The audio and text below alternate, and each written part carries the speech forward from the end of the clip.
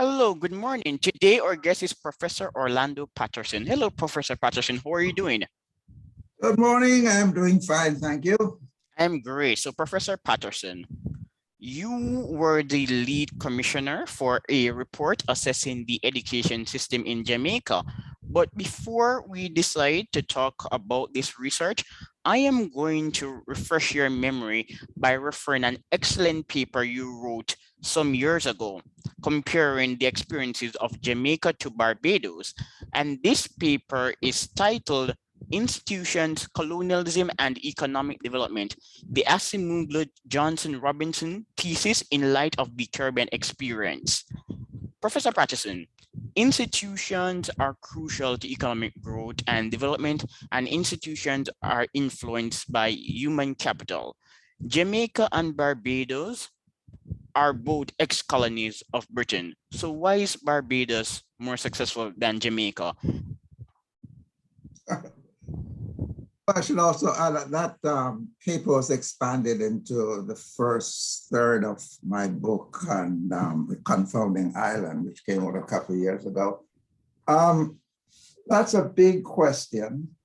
Barbados is in the news just the last couple of days. As you know, it has a remarkable prime minister.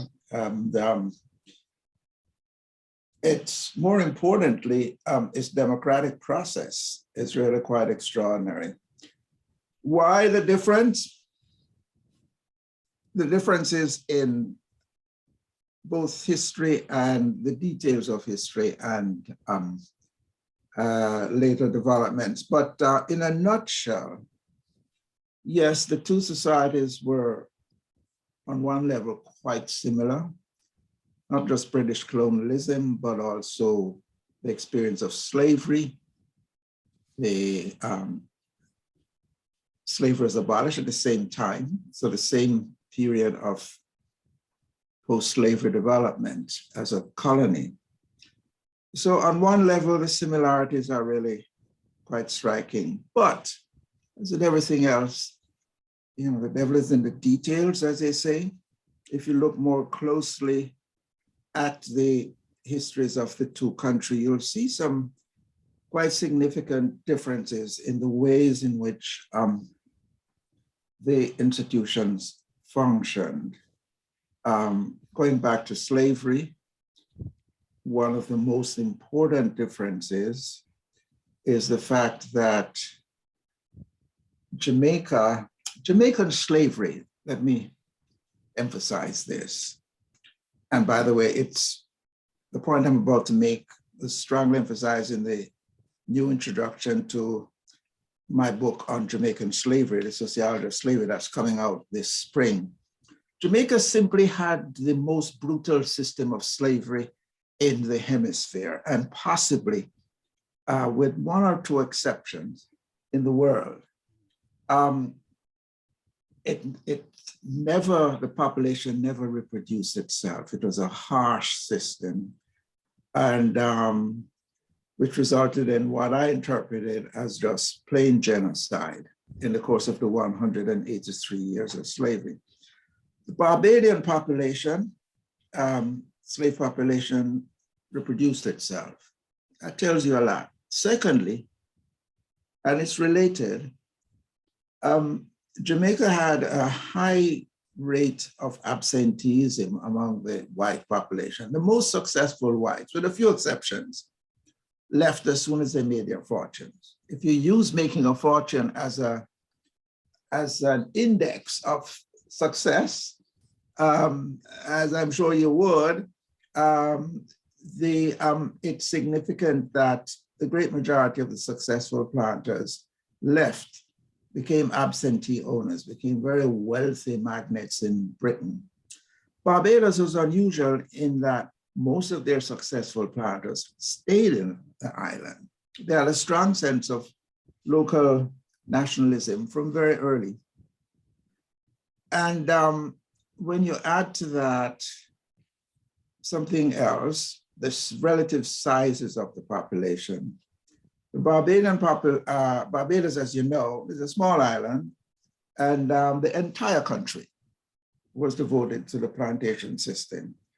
Whereas in Jamaica, only a part of the country, on the sort of the lowlands, the coastal plains, were devoted to the plantation system.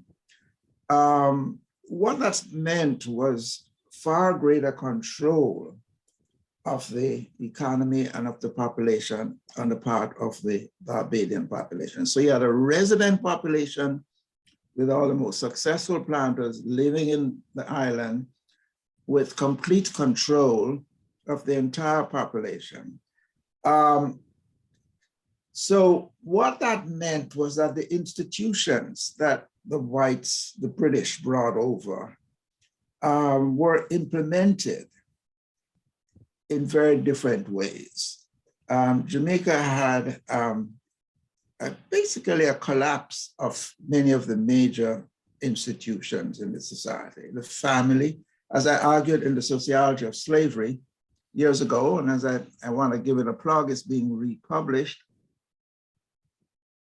The family, religion, morality, even the legal system was very poorly implemented in Jamaica. Whereas Barbados, don't misunderstand me, all slavery is bad. And Barbadian slavery was no bed of roses. But there's far greater order and, if you like, the execution of the institutions were far more efficiently done. And in a nutshell, what I argue is that while the institutions may have been similar, the way in which the institutions played out, the way in which the institutions were implemented on the ground was very different. And another factor to note is that from very early, even though they were as racist as the Jamaican whites, again, applying the principle of efficiency, they did something very unusual, unusual not only in Caribbean terms, but also in North American terms. They decided to incorporate what they considered to be the more, quote unquote, intelligent, the more capable Blacks in the lower and middle levels of the institutional system from a remarkably early period of time. My favorite example, and it is really an extraordinary one, is that when slavery was abolished, the lower class white population, which for the previous centuries of the slave system had a niche, a nice little niche for themselves as the policemen and the law enforcement people in the society. The Barbadian elites decided not long after slavery was abolished that the white working classes were a corrupt, unintelligent, and not very reliable group. And they basically ditched them in favor of the Black, what they consider the more intelligent Black population, to become the police force.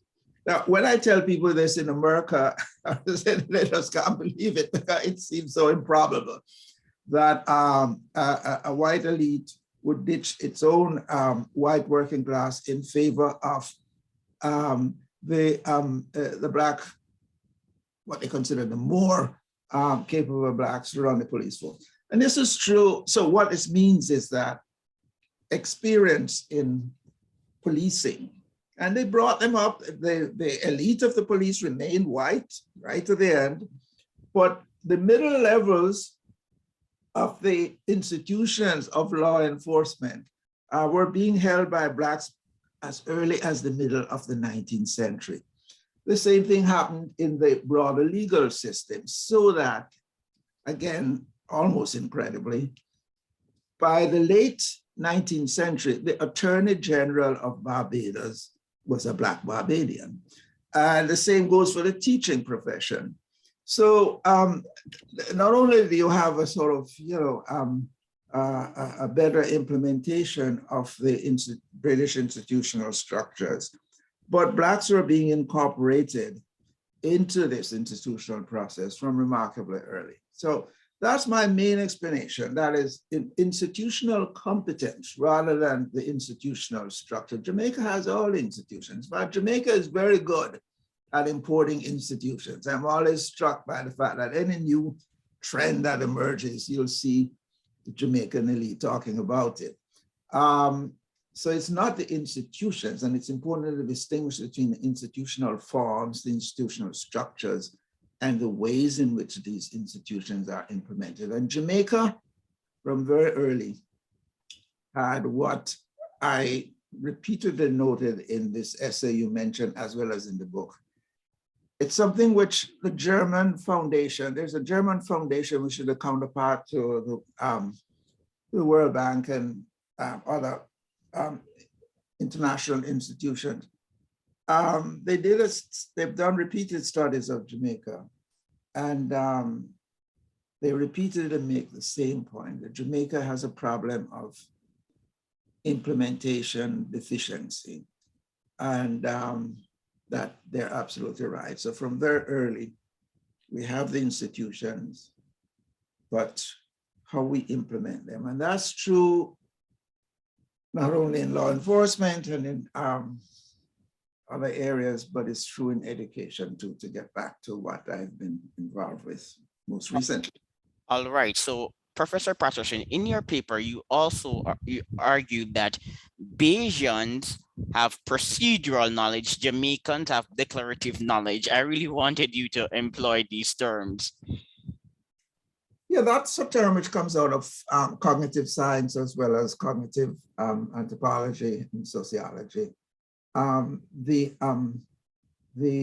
declarative knowledge is knowledge of about things, whereas procedural knowledge is how to do things. Now, it's best explained with a simple example. Take a bicycle. Declarative knowledge is the knowledge you know well. What is a bicycle? You can say, yeah, it's a two-wheel vehicle for transporting, for riding. You can know also what to do. That's also part of declarative knowledge. You know that you have to learn how to balance it and so on. You can explain in all the details you want to, what a bicycle is and what a bicycle does. How you ride a bicycle is something quite different. It is not possible to explain to someone how you ride a bicycle. Try that sometimes. Someone doesn't know how to ride. Said, okay, I'm going to sit down and write down all the details of what you do, your balance and so on. You'll never do it until you actually get on the bike and learn how to ride. That's procedural knowledge. In other words, it's how to knowledge as opposed to what is knowledge. And that applies to most things. What is the management procedure of running a factory? You know, I can go to business school, I can read books on management and so on, so I can tell you, well, this is what you do to manage a factory. How you manage a factory is something else. And we know that two people may graduate from business school with similar declarative knowledge about what a factory is and what management is and what management perceives. You know, all the details, but how you actually do it, the procedural knowledge, which is often learned in practice and which is applied in many situations. A favorite story told to illustrate it is that very often in the Navy, in the American Navy, the admirals and captains of ships and so on often say of new recruits, you know, they, whatever they bring from their training, they're often told to forget about it.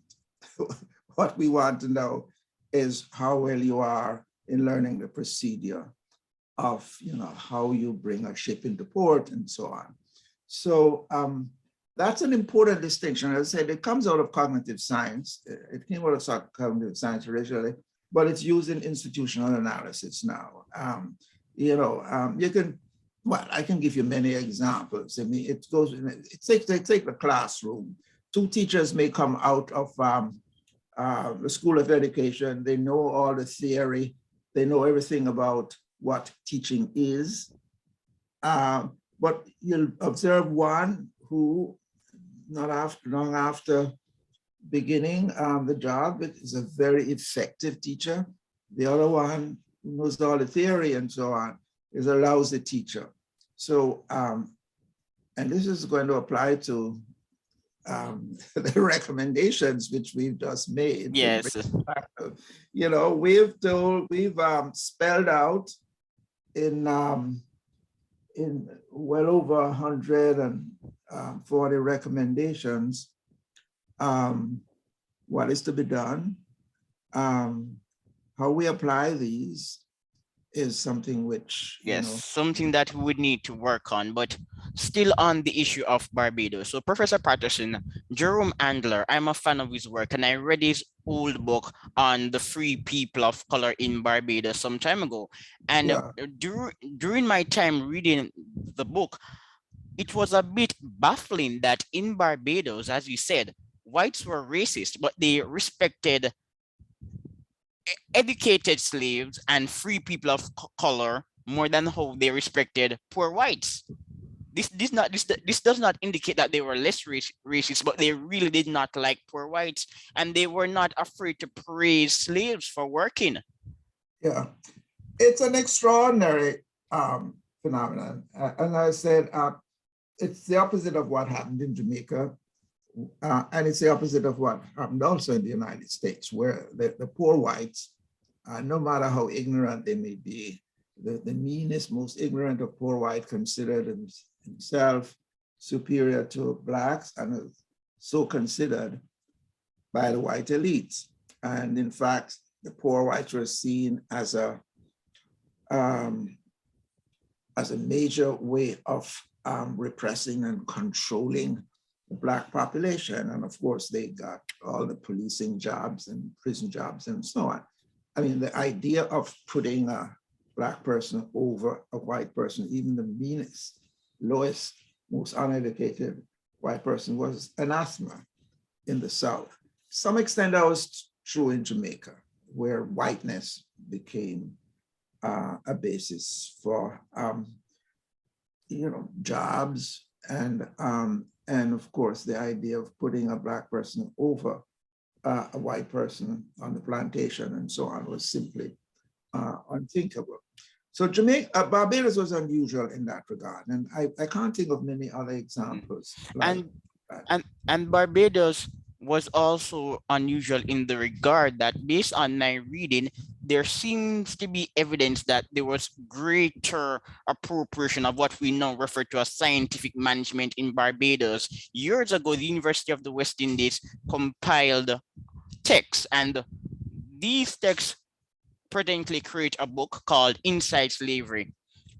And the Hilary Beckles, I believe Hilary Beckles is the editor of that small booklet. It's a small booklet, but it's quite powerful, because the book, in the booklet, one chapter argues that Bayesian planters adopted a more sophisticated view of management. So yes, again, they were racist, but they viewed slaves as laborers. And if you want your workers to do well, one has to respect them. And Richard Sheridan also has an old paper, but still excellent paper, on scientific management in Jamaica and Barbados. And in the paper, it is implied that the scientific policies appropriated by Bayesian planters at the time were more relevant. Yeah, that is true. And again, that goes back to a point I made earlier. the Bajan, they were living in the society and they were committed to it. They weren't all yearning to go back to Britain as soon as they made their income.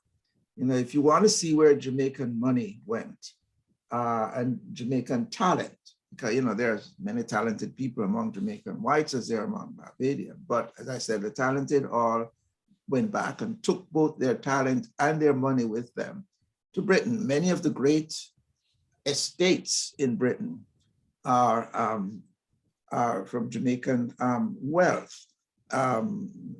My favorite one, of course, is the Tate Gallery, which when I lived in Britain, I lived in Britain for many years. Whenever I went to the Tate Gallery, I always sort of, you know, shook my head, some sadness, knowing that this is Jamaican money, Tate and Lyle money. And but the same is true of many other estates. Actually, I first became aware of this in my set book in high school when I was at KC. I remember the set book in English was Mansfield Park, Jane Austen's, one of Jane Austen's classics. And the novel opens with a scene in which the girls were just waiting anxiously for their father to go on a long trip to Jamaica, where his estates were having some problems. And you know, it was, I was quite intrigued by that. You know, what does Jane Austen and her family have to do with Jamaica? But the family was, of course, an absentee planter family who lived in splendor in Britain. So that's the fact that most Barbadian elites, in fact, resided in the island and had no desire except to visit. And they would send their kids to be educated there, but the kids came back. That's a very, very important factor. And it's one of the major differences between Jamaica and Barbados, the absentee factor. Yes. And then there's the Earl of Earwood, the Queen's cousin. They were also involved in slavery. The Lascelles family. Yeah, a lot of the British elite, and a lot of studies are now coming out on that. There's in fact a whole sub-sector of British imperial history, which is now concerned with tracking down the families and the wealth of British families and the extent to which they go back to the Caribbean, and especially Jamaica and Barbados and other islands. But a lot of this data has just become available, and on the early British elite, the 18th and early 19th century British elite families, and where they had their wealth. A lot of this data also comes from the compensation to the slave owners for their slaves. One of the great ironies in history is that the British, instead of paying the slaves for the years and the centuries of the labor which was stolen from them, slaves were construed as property. Yeah, I know that. Yeah, yes.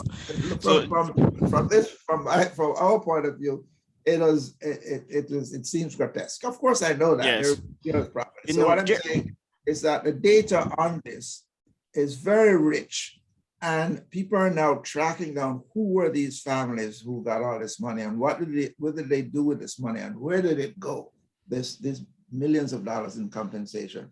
Well, Kenneth Morgan, in one of his books, he argues that the gains of the slave trade were small, and many academics actually contend that many of the planters from the Caribbean, when they returned to England, the wealth did not finance productive manufacturing. Much of it went into property.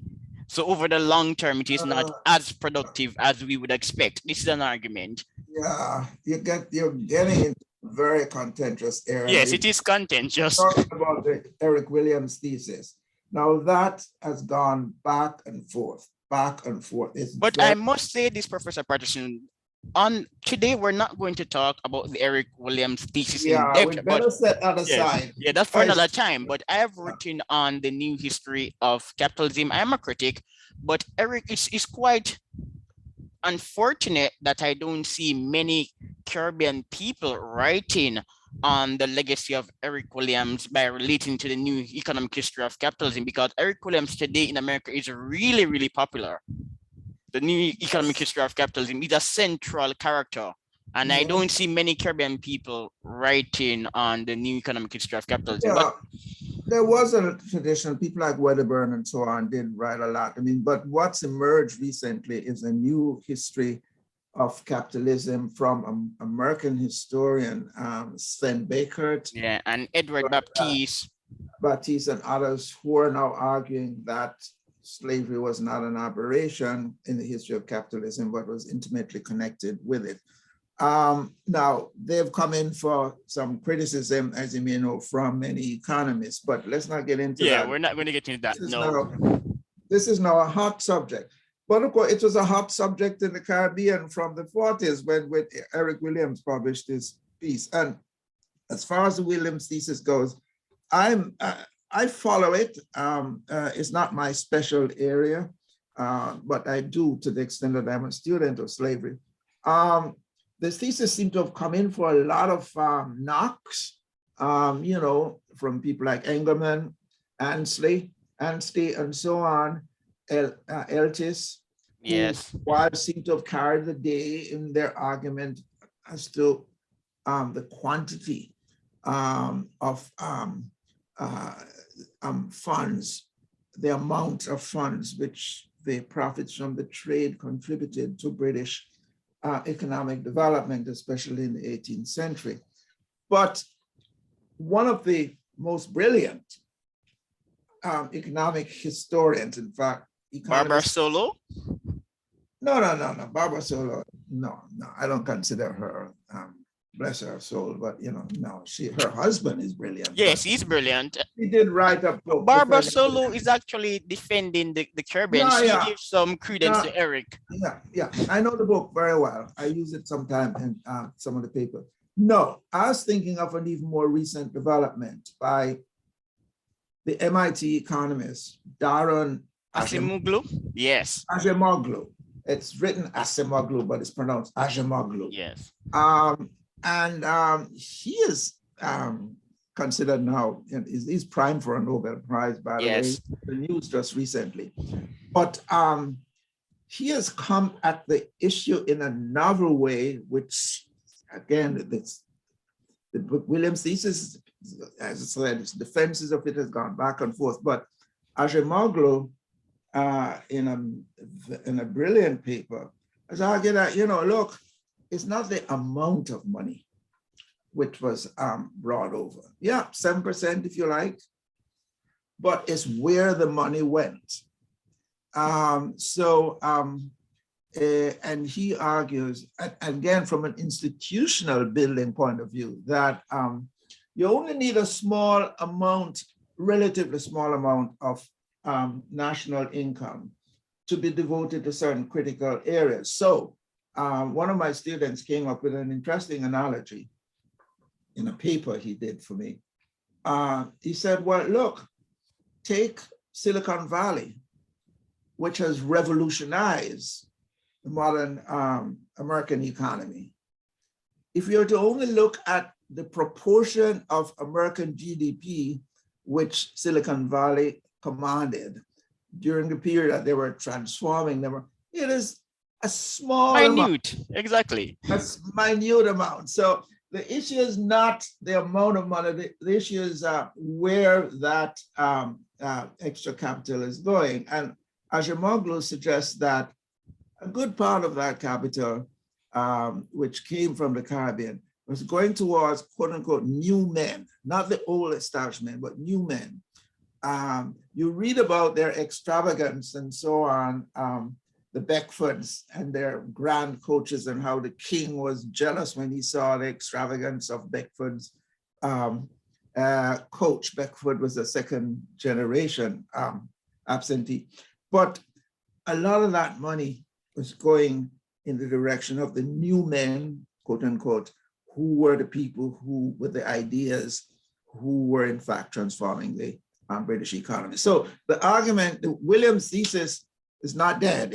No, it's not that. It's quite lively. And And although it's very, but yeah. although I don't agree with all of it, I enjoy reading it and critiquing it. And there's a paper by a European economist. I could be mispronouncing his name. It is Ronn Runback, and he argues that the value added component of the plantation complex was over 10% of GDP. And this is a sizable figure. And there's another paper by a European academic arguing that the slave trade was responsible for around 40% of growth in the Dutch economy.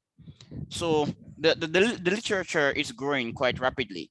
It's growing. It's become very specialized, and it's there's no end in sight right now, because not just the British economists, the Dutch, and remember, the Dutch were the real inventors of modern capitalism, not the English.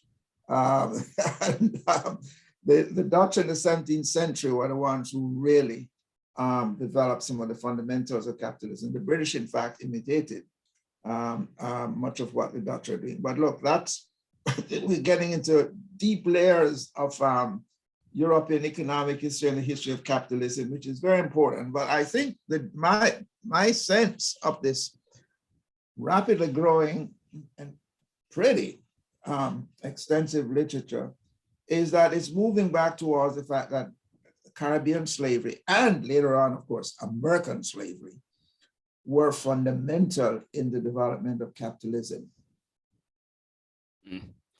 And fundamental in different ways. So even though I'm a critic of this argument, I share the view that slavery could operate like a capitalist enterprise, and slavery created a framework for incremental innovations, but not transformative innovations. I'm not sold on that argument yet.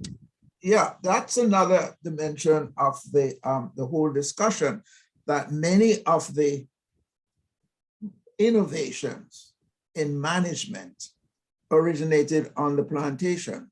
In fact, one simple fact is very revealing.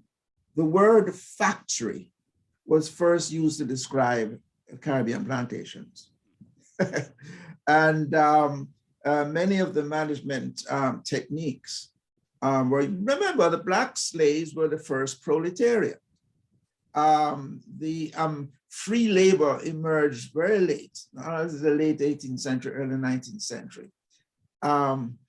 Management of a labor force, which is sort of routinized and regulated in a very sort of precise way, began with the slave plantation. Also, fundamental aspects of finance capitalism originated with the plantation. Remember, the system was financed in what is in a very modern way. It depended on loans from Britain or Europe generally, depends on when you're talking about the French or the Dutch and so on. It depended on a very complex international finance system. Long before other areas of capitalist production were involved. It was also the earliest form of international trading, not just of people, but of course of sugar and the other capital. Yes, and in particularly the slave system in Barbados can be seen as a great case study if one wants to study vertical and horizontal management. But this is the last point on the new economic history of capitalism. We have to move on and continue the discussion, but it's a quite compelling topic. Family life. In the earlier part of the interview, you said that there were differences in family life in Jamaica and Barbados. Michael Creighton, Barry Higman, and there's a new paper by Randy Brown, and there was also Herbert Gutman. Many historians dispute the argument that slavery destroyed the Caribbean family. What is your take? I totally disagree with these authors. Gutman in particular but that has to do with the US. Let's just get stick to the Caribbean. Barbados and Jamaica. What was the I've difference? written a critique of Hickman in a piece I did on the Jamaican family. Number one, the data which Hickman uses comes primarily from the last 20 years of slavery, the post slave trade period. That's when the data is rich, because a lot of the planters faced a crisis when the slave trade stopped the import of Africans. They suddenly realized that if we're going to have more Africans or more slaves, we have to, quote unquote, breed them locally. Before that, the calculation of the Jamaican slaves, this is, by the way, less true of Barbados, was that you buy them, you work them, and if they die, and when they die, you replace them. The population never naturally reproduced itself in Jamaica.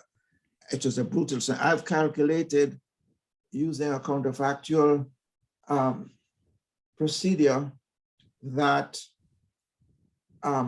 millions of Africans were sort of perished. But after the slave trade, they suddenly faced this crisis. We've been depending on imports all this time, so we didn't give a damn about encouraging the slaves to reproduce. We didn't give a damn about whether they died as long as we made enough made back our investment. Now they had to turn their attention to reproduction. That's number one. Number two, they were under severe criticism from the abolitionists who were coming down in great numbers. That's why we have an abundance of writing, contemporary writings on the condition of the slave. So their backs were up against the wall, both in economic terms, in terms of where they're going to get their labor. They suddenly now have to turn to making sure that the family is stable and reproduction takes place. And of course, they had to be more careful because they had the eyes of the abolitionists on it. Now, much of the data which Hickman uses comes from this period, and this is true of many other writings. In my introduction to the forthcoming second edition of the Sociology of Slavery, it's a long introduction, by the way, it's over 50 pages.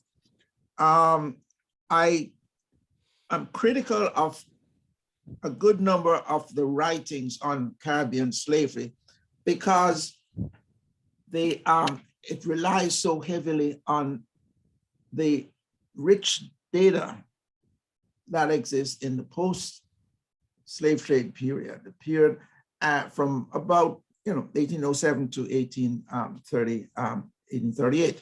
So I think that brings in an unfortunate bias. The analogy I use, which is one you may have heard of, since economists sometimes like to use it, is that of the drunken man who has lost the keys to his house. And he goes looking for it under the lamplight. And someone came to him and said, look, you lost your keys over there in the dark. Why are you looking at it for it under the lamp post? And the drunken man said, I'm looking for it here because this is where the light is. Now, that is a good analogy for what's happening with certainly the study of Jamaican slavery. The data is where the light is in the post-slavery period. In the sociology of slavery, am concerned with the period from the middle of the 17th century right through the 18th. So I disagree with the conclusion. By the way, I greatly respect Barry Hickman, and I said so in my introduction. I think I respect him a great deal too.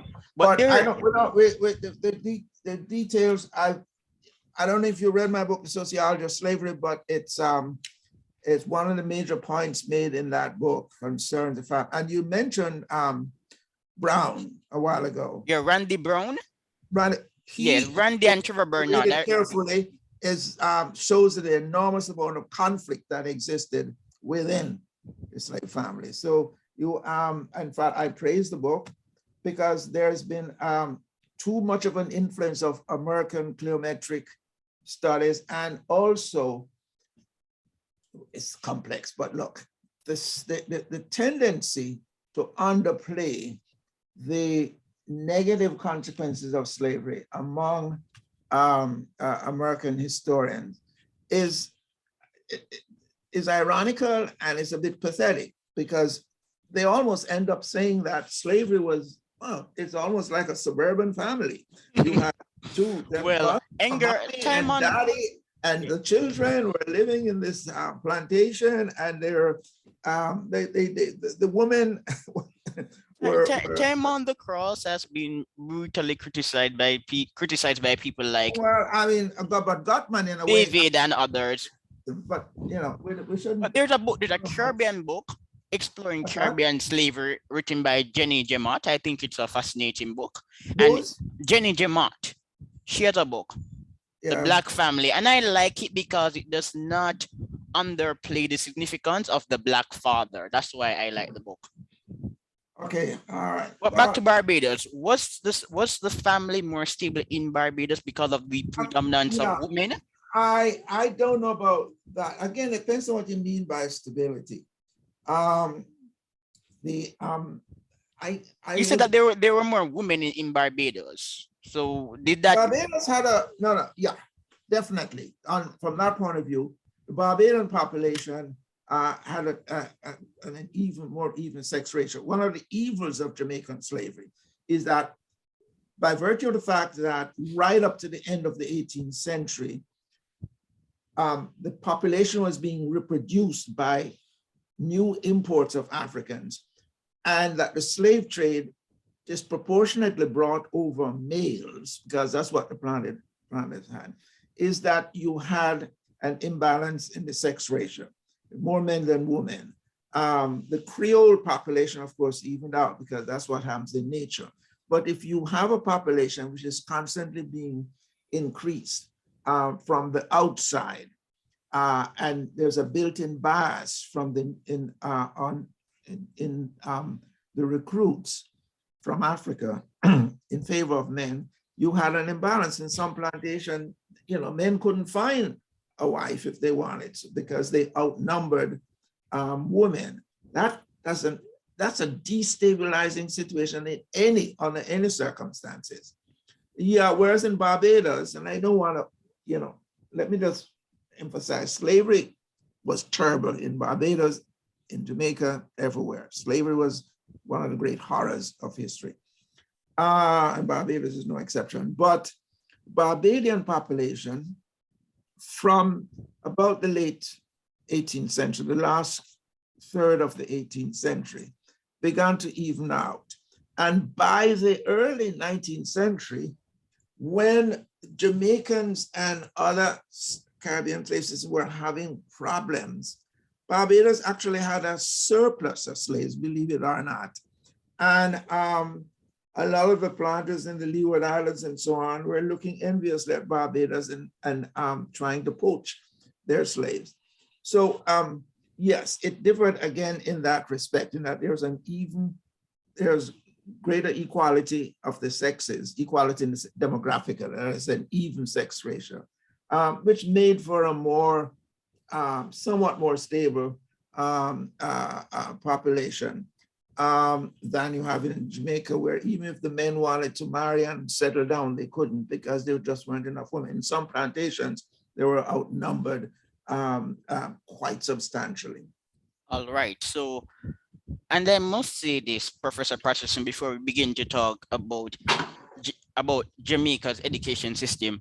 I've read many of your pieces. I'm a fan of your work, but your article comparing Jamaica and Barbados, I think that it is a masterpiece.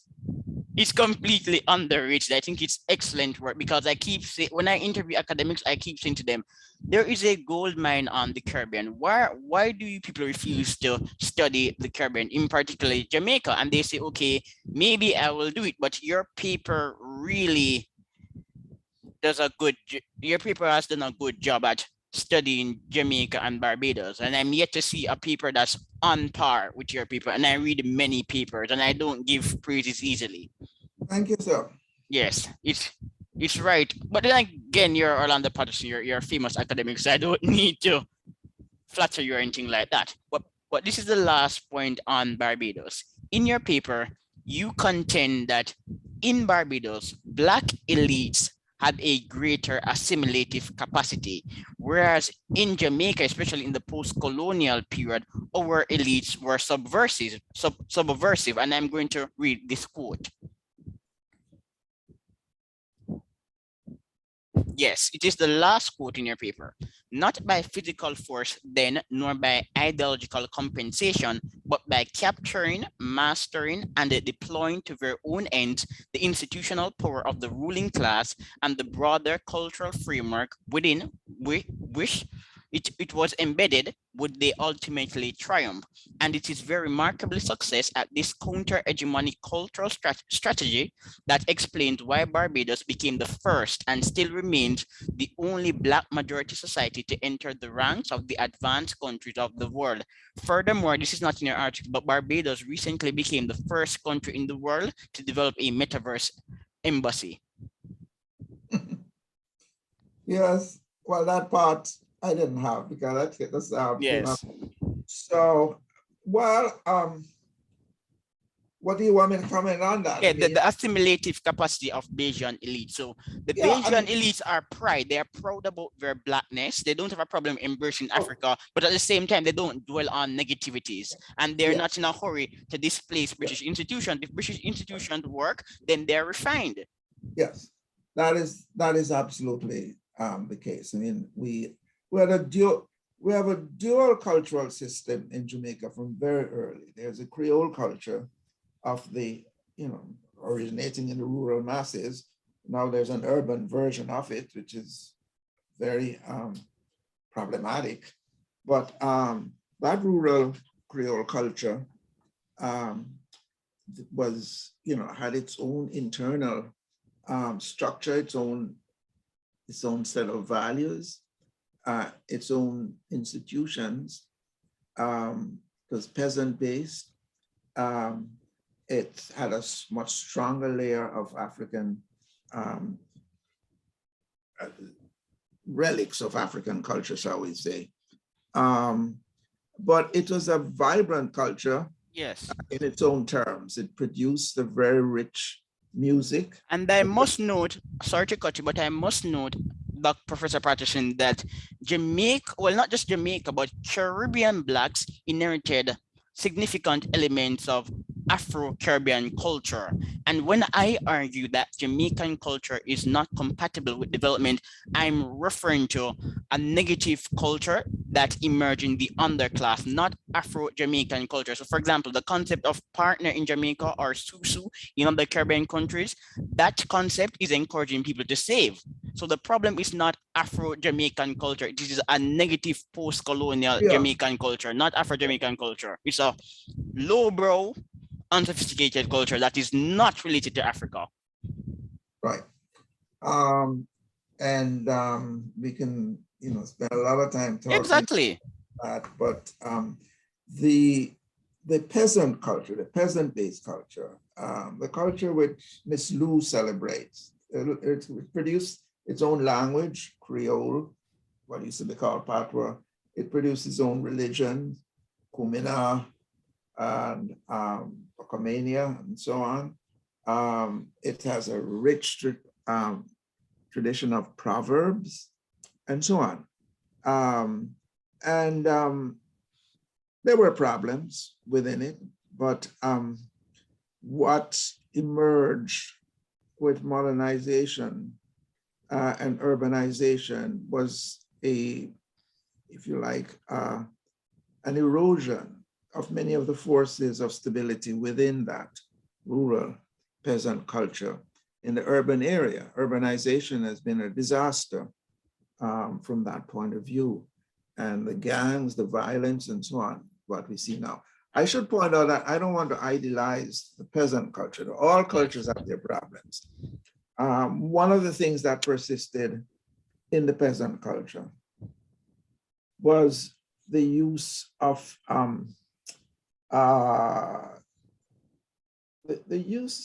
violence, of whipping and so on in child rearing practices. That was a straight inheritance from the slave system. And that's not good. One of the sources of our violence and crime is that our children are brought up in an abusive way. And it's one of the issues we try to address in the set of recommendations we have, which I hope we get around to discussing. Yeah, we're going to discuss that. So that's one problem. There are other problems. So we shouldn't idealize the system. The other problem is the attitude towards education. And that was one of the big differences, by the way, between Barbados, the Barbadian lower class, and the Jamaican rural. Barbados never had a highly developed peasantry. There was not enough land for it. But one of the interesting things is the veneration of education, even among cane cutters in Barbados from very early.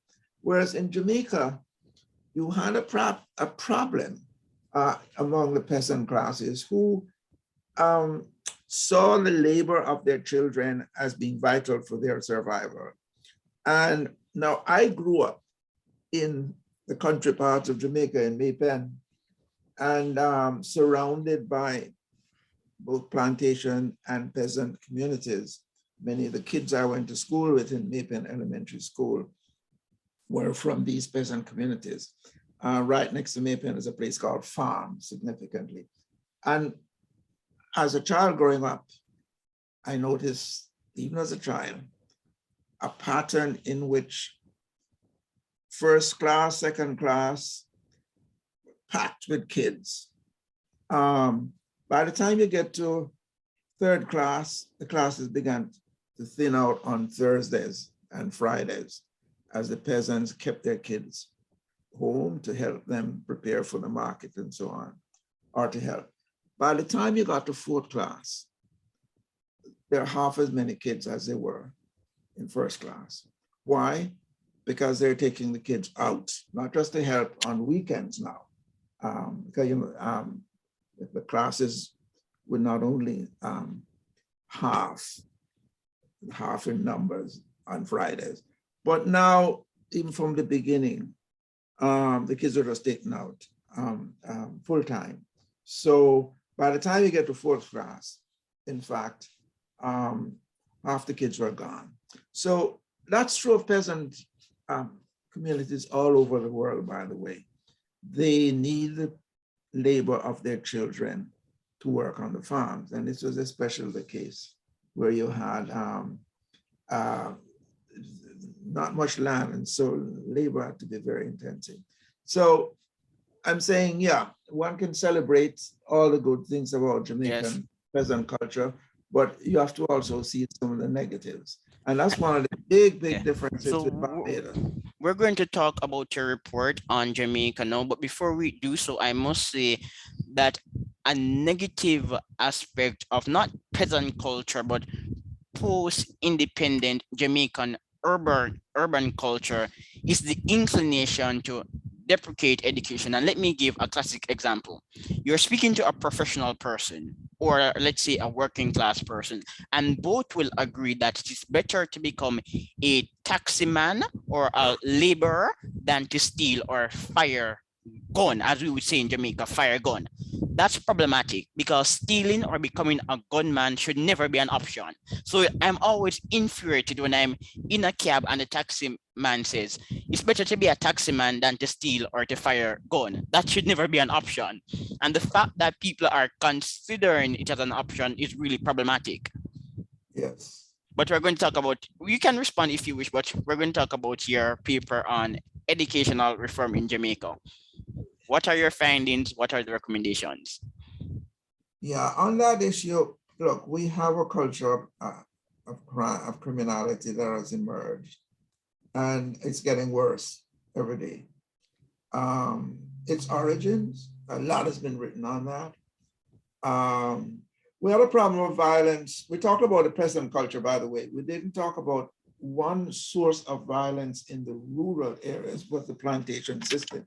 And Edith Clark, years ago, from her book, My Mother Who Followed Me, one of the less recognized aspect of that book was the distinction between the more prosperous peasant families, which are the backbone of the country. They sort of verge into the rural lower middle class and more prosperous peasantry. Then they are the sort of core of the peasant, quite poor, but stable. But then there's this third sector which she examined, which is the plantation sector. And she was able to see from research she's doing in the 40s now, that there's a strong element of instability and violence in that sector from early. So that when we talk about the rural areas, we should be careful to distinguish between the two, because that was an area of tremendous instability, which she documented quite thoroughly, and partly carried through to the urban areas. But urbanization with its huge slum areas, which my earliest work was on this. My first novel was, of course, set in the slums of Bakawa, and the problem of unemployment and all the rest of it were the original sources of this. And then when you add to this the rise of guns and gangs, partly exacerbated by the early political strife, are many of the major sources of this problem. Now, when it was the introduction of drugs and huge amount of money and of guns, which was a sort of major turning point. Garrison politics. And politics. There's no doubt about the fact that politics initiated the gangs, and originally, of course, the politicians controlled the gangs, but eventually the gangs became autonomous and began to control the politicians. That's less the case now, I think, and I hope, but there are many sources of problems. But Professor Patterson, I want to stay on point, but for the longest while I've wanted to have a conversation with you about honor cultures, but we won't have that conversation today. But honor cultures are usually violent, and Jamaica has a culture of honor, and I think this is also a problem. It's just like medieval Europe. Honor culture was violent at that time, and today in many places in the developing world, when people are compelled to project status, violence is often the result. And according to studies, Jamaicans, they value social status to a high degree. So when our policymakers talk about crime, they must discuss the culture of honor, but that's a debate for another time. Yeah, I think that fellow Gray. Baker Gray? Yeah. He talks about what America would call the badass culture, and the strong emphasis on what you're calling honor, defending your honor, and so on. I thought in one of his early book, anyway, discussed that in some depth quite well. Yes. But anyway. We can talk about education also. My recommendation, the Heart Trust should manage technical schools to ensure that the curriculum is aligned to the private sector. And I also believe that teachers should be drawn from at least the top 30% of the graduating cohort, and Jamaica needs a national research foundation to finance university research and the infrastructure. Now you can tell us about the report. Well, what you said is easier said than done. Yes, we agree that we have to change the teaching system and the teaching profession. In fact, the longest part of the report is devoted to teaching, teachers, teacher training, and the curriculum. Very ably, that section of the report, that subcommittee was very ably directed by Professor Taylor, Professor Michael Taylor, who is the Dean of Science at UWI. He and his team did a great job. It's the longest part of the report, and it has over 54 major recommendations and 92 sub-recommendations. With respect to the point you made about getting the teaching profession recruited from among the most, the best of our students, we'd love that. But that's easier said than done. We have to, we live in a free society, and students who graduate with the kind of skills which we'd like our teaching profession to have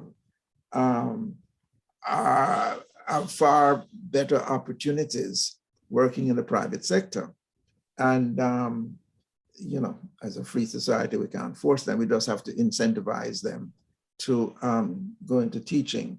The same is true, by the way, in the United States. It's several of the European countries have succeeded in creating the kind of economic and social incentive, because social incentive in terms of prestige and so on is just as important. In places like Finland, yes, Finland, and France and Singapore, teachers are paid at a level which is equivalent to what a graduate would get in business. And but just as importantly, the prestige of being a teacher in places like Finland and Singapore and so on is very great. And it's not easy to get into the profession. They are able to recruit from the top third of the graduates. We would like to move to that situation.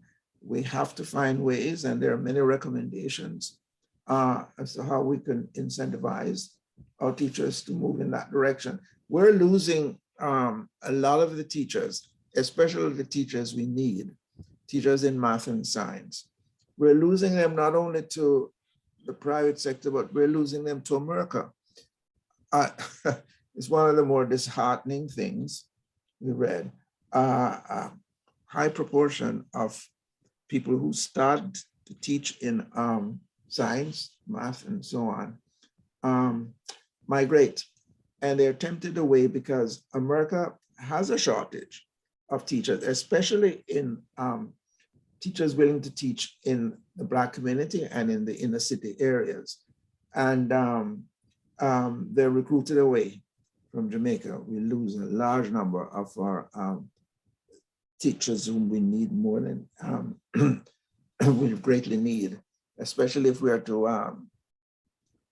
to achieve what the Prime Minister has been strongly emphasizing, the need to incorporate and to make central the teaching of STEM subjects, as well as enhancing TVET training. We're losing those people. So we have a whole raft of recommendations, yes, about and how we Professor motivate people to get into teaching. Yes, so Professor Patterson, we're about to wrap up soon, but I am solution oriented, so we're going to talk about some of these recommendations. Accountability. There's a great need for accountability in Jamaican education system. Some years ago, the the NEI and the NEI responsible for conducting the inspection of schools.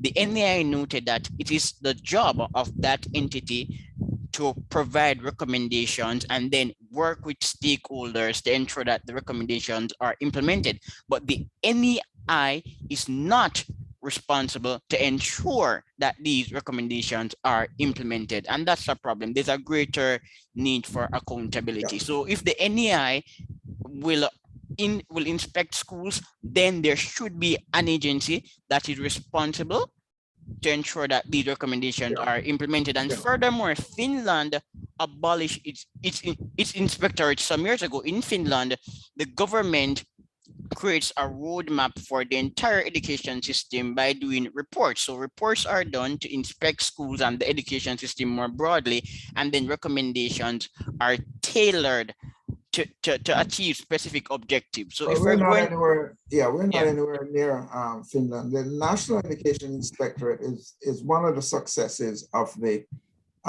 last task force. The institution was set up after the 2004 task force, came out of that. And it is one of the successes. Maureen Dwyer. Yes, great. I think she's done a excellent. great job. But you're right.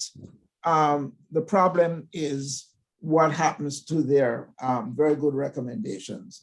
They evaluate schools each year, and a lot of that gets shelved. And we've addressed that issue of accountability, of making sure that the evaluations that are done have consequences in terms of addressing them immediately, schools that are not doing well, teachers that are not doing well. And that doesn't happen.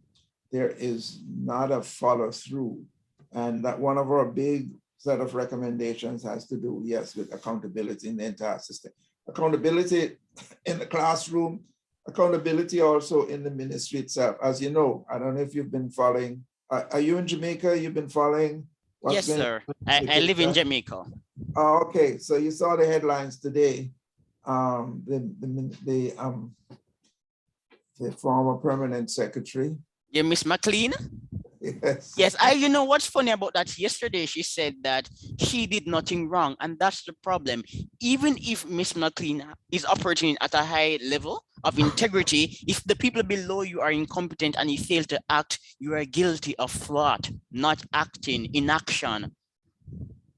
That's the problem. Well, it's very sad what's happening because yes, but that goes right through the system. So we have a whole section devoted to governance, which is, again, I want to give a shout out,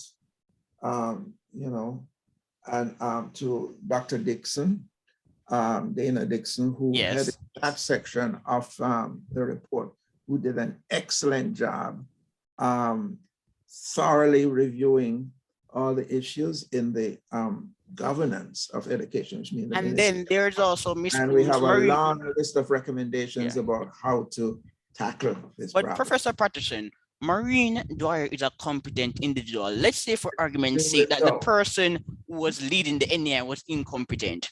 That's the problem. So the NEI has to be resourced to ensure efficiency, because had it not been for Maureen Dwyer, the NEI would have been a waste. Maureen Dwyer has actually collaborated with foreign academics. She knows what she's doing. She did a good job. Exactly. Did a job, and the question is what she did, the follow through is the problem. But we need to ensure that the system will allow the leader to perform, because if let's say for argument's sake again that the wrong person is in the post, that person will fail because the system is not inspiring leadership. So the NEI did well because of the person was in charge, but we need to ensure that our institutions do well irrespective of the person in charge.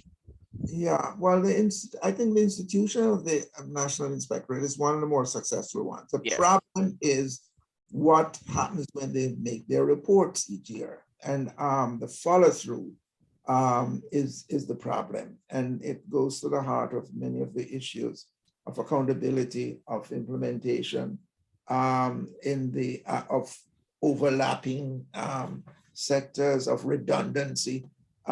We did a really thorough analysis and review of the ministry and recognize all their problems. And as I said, there are numerous recommendations. Yes, and I should say that the present minister is very, very keen on implementing our recommendations.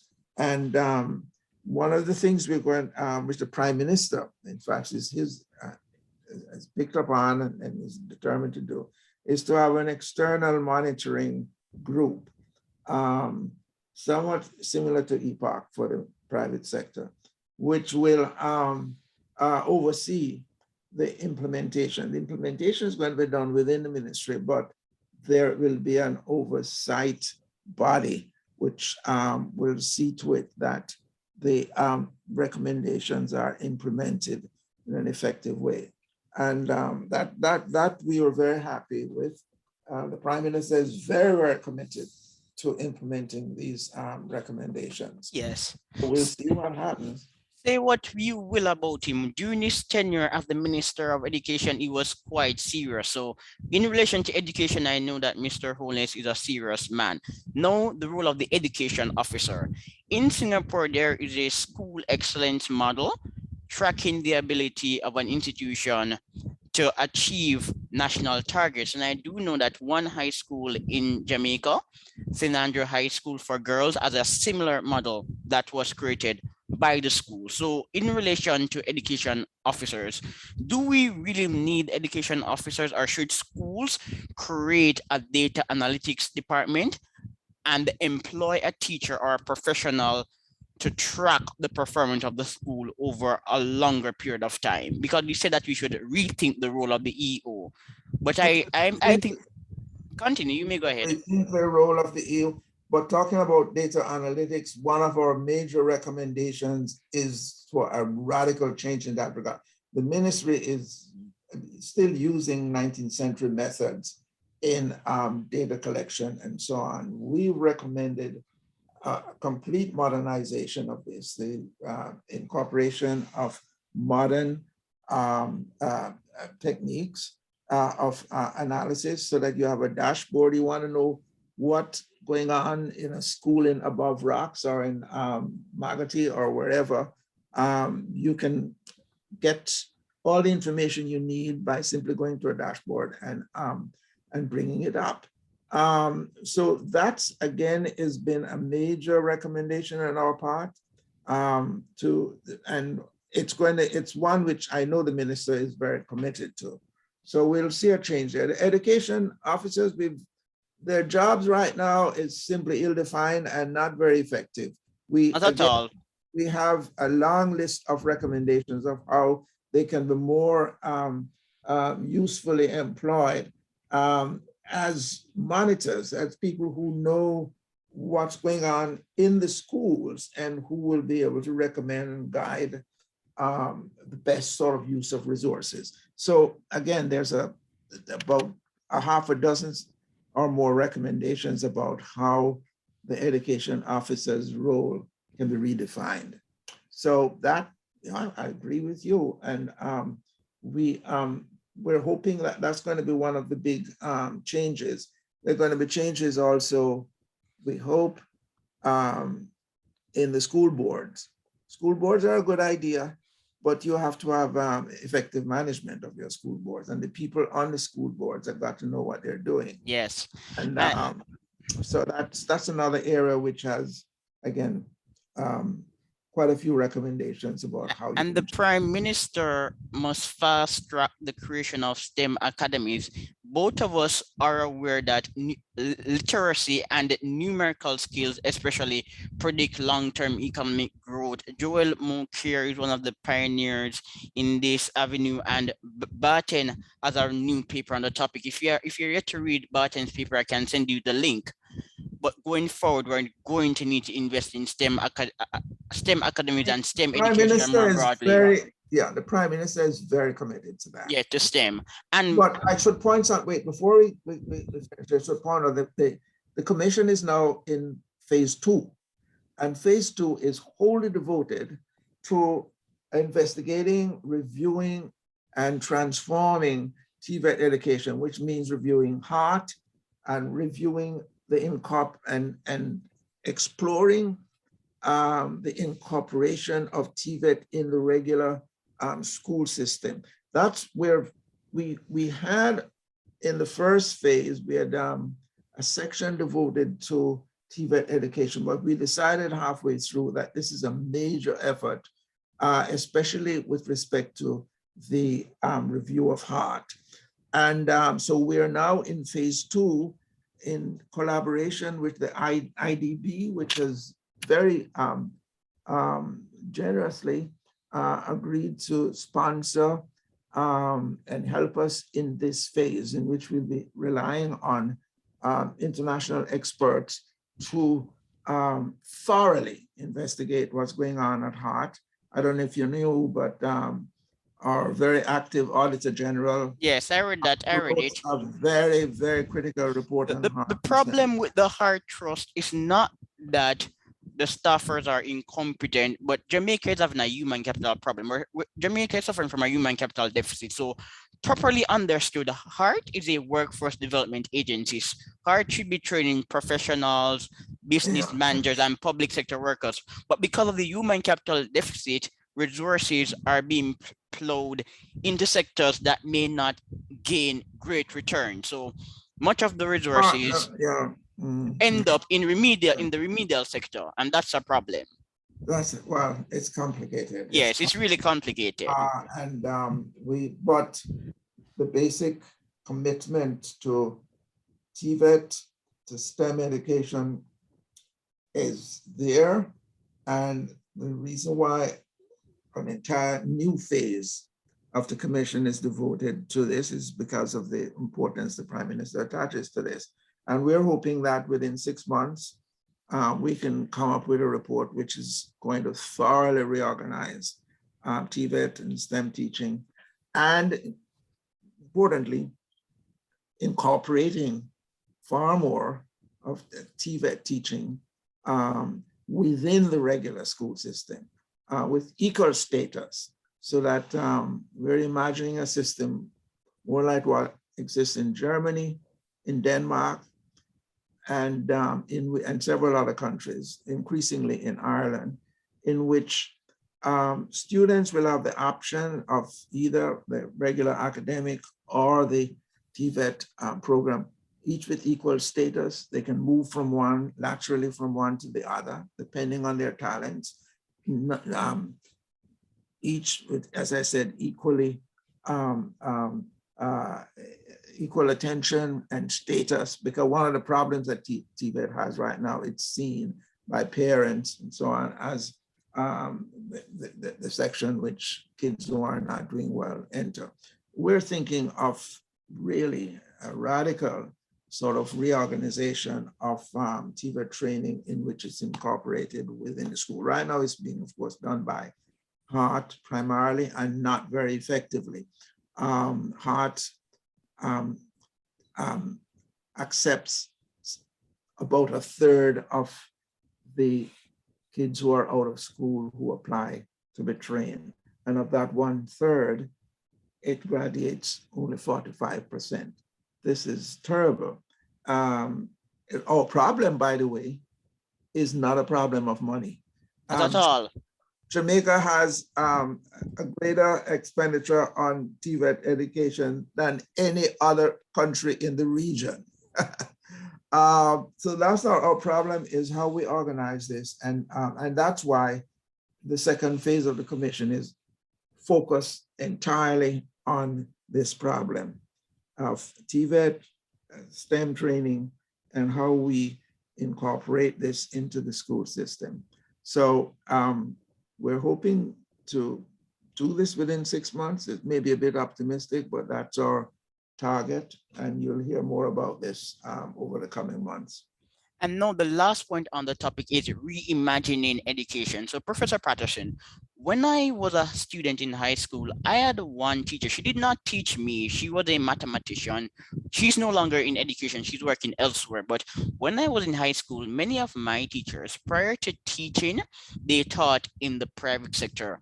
I knew a teacher. She taught English language, but for some reason, she had qualifications in accounting, and a teacher who taught mathematics, again, for some strange reason, knew philosophy and theology. And I had one teacher who could teach multiple subjects. Yeah. So if we're going to reimagine education, Obviously, our teachers, they need a broader outlook.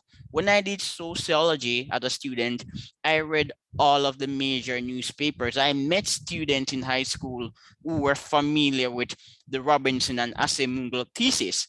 If our students are going to be innovative, then they must think deeper and at a broader level. If you're interested in starting a business, look at global businesses that scale, like the unicorn. A unicorn is a business that's valued at over $1 billion. And this is a major problem in the education system and in Jamaica more broadly. We don't have a culture of reading. Yeah, Bill well, Gates, all of these top entrepreneurs, they also read. yeah. You touch on several issues in what you just said, but one of them is of special importance, and I want to emphasize it. And it's as it came out of the section on teaching and teaching profession. One of the problems with the teaching profession is that the system as it presently exists is one in which the best teachers have to leave the system if they're going to get some kind of self-advancement. And what tends to happen is that the best people end up in administration, or else they move out into the private sector. So their advancement is blocked, is too limited. And one of our major recommendations is to reorganize the profession in such a way that teachers can advance as everyone wants to, in terms of income, in terms of status, in terms of professional achievement within the teaching profession, so that they don't have to leave teaching in order to achieve their own personal advancement. It's a big section of our report on the profession, and that's going to involve really major rethinking. Which I should point out that another huge area has to do with legislation. Much of what we want to do requires passing critical legislation on the licensing of teachers. And that's been on the books for decades, for a long time. And for various reasons, complex reasons having to do with different interests and so on, it's not been passed. But we need to have that legislation on board very soon before we can do a lot of these things. It's not just a matter of licensing teachers, by the way, because licensing can itself become problematic. Yes, I am not sold on that argument. No. We did a lot of internet research on what's going on internationally and so on. So we know both the advantages of licensing, but we're aware of some of the problems, and our recommendations makes allowance for the fact that you can bring in non-licensed teachers, because in many countries, they've discovered that to meet certain critical needs, such as science teachers, you may have to bring in outside people from outside who are not trained professional as teachers, but whose skills you may need. America does this in its use of graduates from university who may want to do something for the country.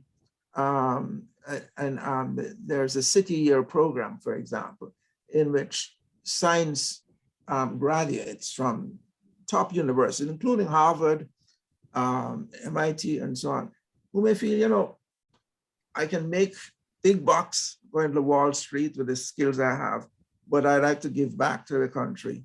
And there are various programs which allows them to teach for 2 or 3 years, and at a salary which is much below what they could earn if they became sort of, apprentice in Wall Street, but which is nonetheless quite significant. Now, you have to have some flexibility in your licensing system to allow you to bring in teachers on a contract basis. Now, that's done in a lot of countries, and there's a lot of research in this. So we're not rigid. We are quite aware of what the issues are in licensing, but we do need licenses based, although with a framework that allows you to meet the needs of the school system for, say, science teachers. We may, the way things are right now, we're hoping that we can motivate science graduates from the universities to get into teaching.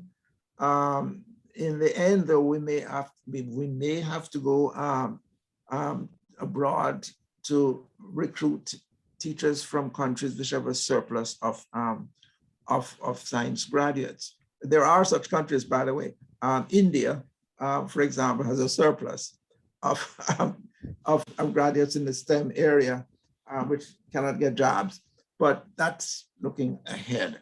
We're hoping that our science graduates can be motivated to get into teaching full-time, if possible, but if not, on a contract basis for a period of time in which they give back to their country by teaching in the areas which are in short supply. So it's complex, so we're aware of all these complexities. Nothing worth solving or doing is easy, Professor Patterson. Your books aren't easy to write. Yes, so I like the complexity of life. Furthermore, this is the last point. We should not shy away from rankings. In your report, the value added component was assessed to gauge the performance of schools, but I looked at the metrics, and there's also a metric for the performance of schools based on their C6 passes from 2001 to 2018, and there's also another metric for CAPE. But I looked at the value added component, and in the near future, I would love to see data on the employability of graduates based on schools. I know that up to 2006, 2007, UE had data on the GPA of students entering the university. I don't remember the exact ranking, but I do remember that Arden students had the highest GPA entering UE, but that's old data, and UE has data on not the performance of their graduates, but the environment that they're coming from. So Yeah. based on the last data, the top three were Imac, Andrews, and Arden. Many Campanites migrate, but I like data along this line. Well, there's several points. Number one, we did something which is different. We didn't use just the value added metric, which is what's used in Britain, for example. The British have gone over to a value added approach from 1992, so over 30 years now. And there are these annual leagues, sort of in which schools are assessed on this basis. I think that's too extreme.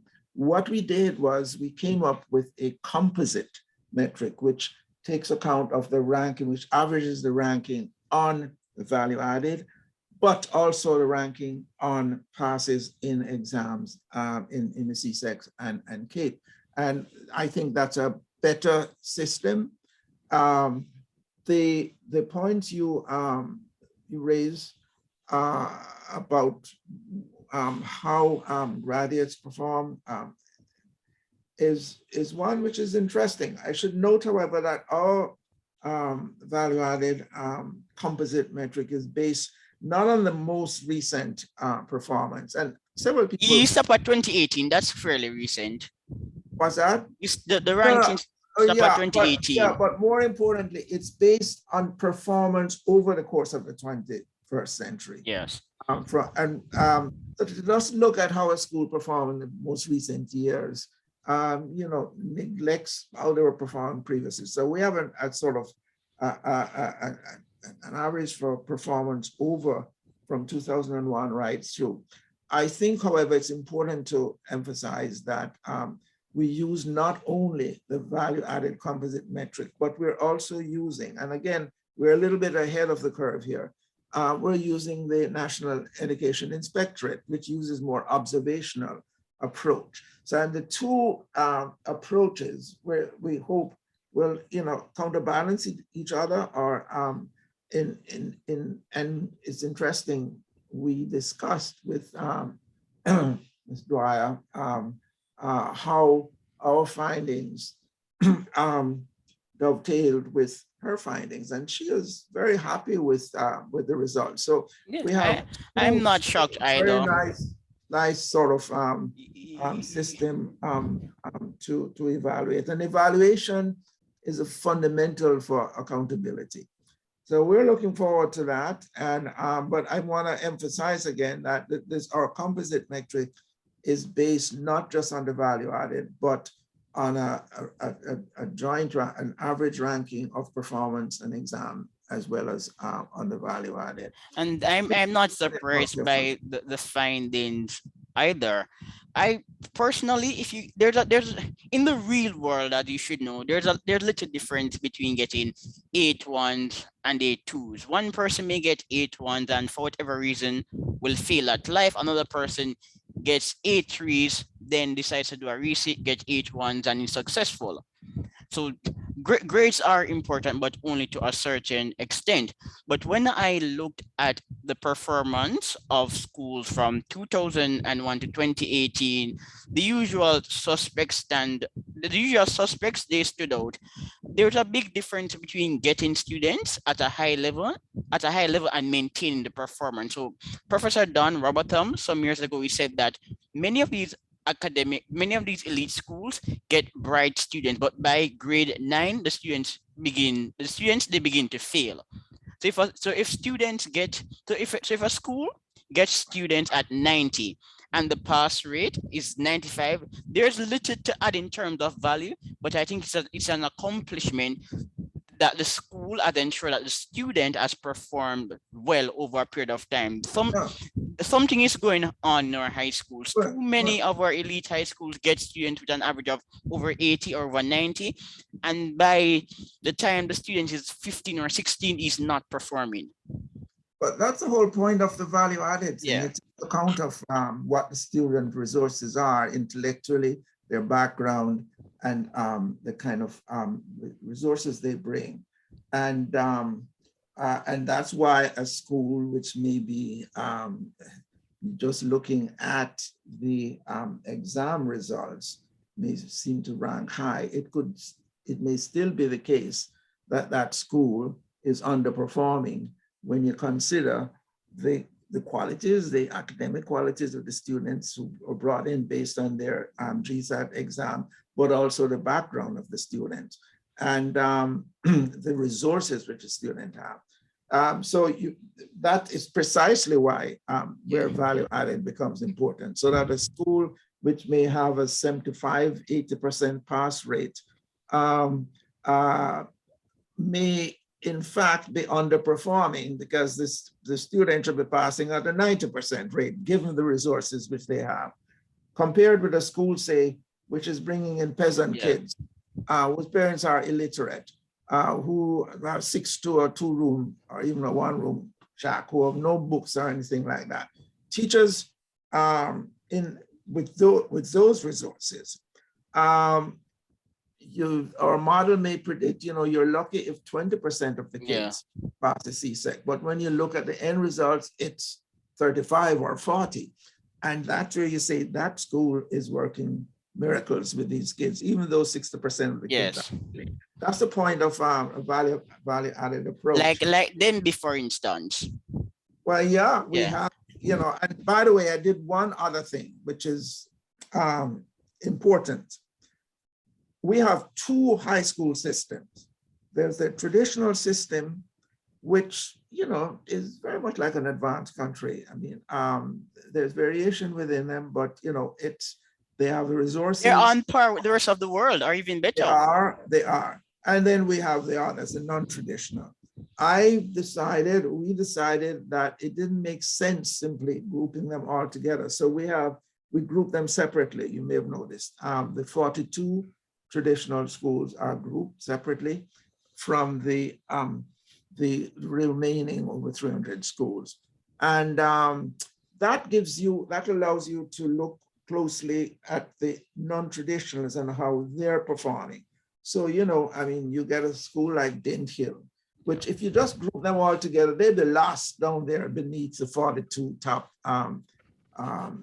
traditional schools. So it just makes no sense to group them together. Dent Hill comes out number 1 in the non-traditional school, Denby and Edwin Allen. Those are the three top schools. And now you begin to pay attention to these schools because you begin to look at schools which, they get lost if you're just grouping them all together. And you realize that even though only 40% of the kids are graduating with CSEC, if you look closely, you'll see that what our model predicts is that maybe only 20% should have been passing. Yes. You realize that the value added there, and it's immense. It's immense value that's been added. Given the hand they're dealt, given the resources the students have, given the fact that their parents, is a single mother who is working hard, and so on. Because these things that these schools are doing well. And you neglect this if you just look at examples. Let's be realistic. I went to a school where there were students whose grandparents went to universities. They had PhD, their parents were politicians, and they did well. So in the long term, we would hope that all schools in Jamaica operate at the level of Campion, Glenmuir, and Arden. That will take some time, because when you look at the data, I looked at the data for all schools and I also looked at all the metrics. And even though Campion dropped on one of the metrics, it is evident that schools like Glenmuir, Campion, and Arden consistently, their rankings are respectable. And in fact, if Campion just improves a little its value added, it will be back at number one.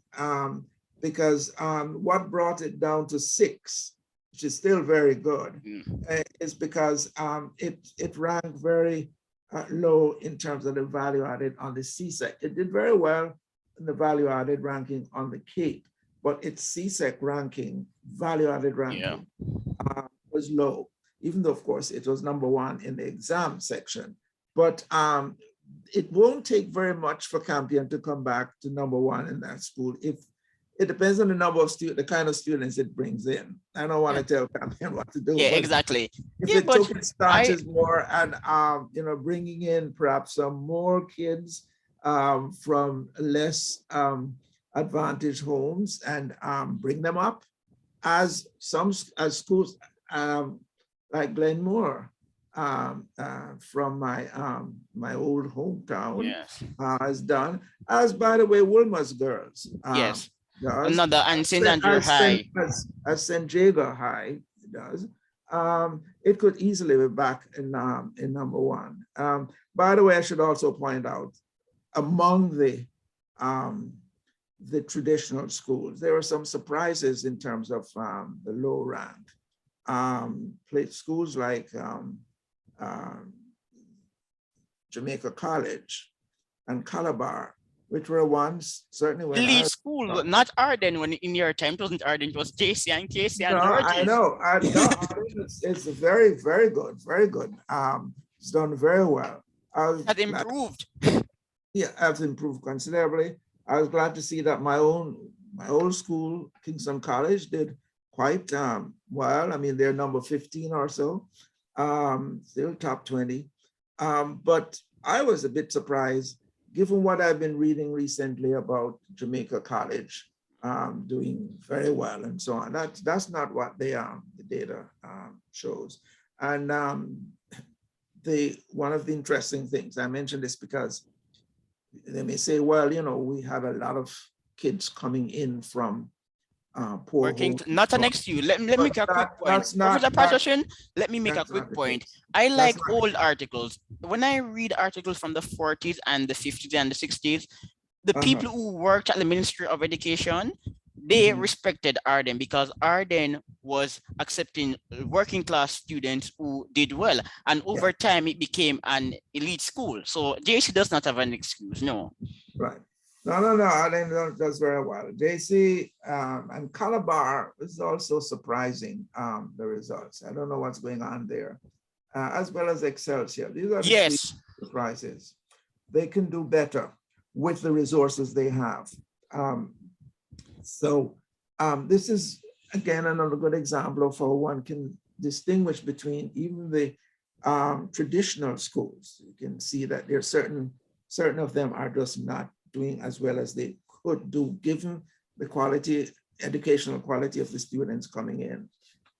So I'm hoping that we will use this metric to recognize the schools that are doing well, even though their CSEC and CAPE results may indicate otherwise, but also to recognize the schools both in the traditional sector and in the non-traditional, which should be doing better. All right, so we have been speaking for a long time, but unfortunately I have to wrap up. But I've been looking forward to this debate for a long time, and you gave me over 1 hour and 40 minutes of your time, and I appreciate it greatly. Bye. My pleasure. Take care now. All right. Bye-bye.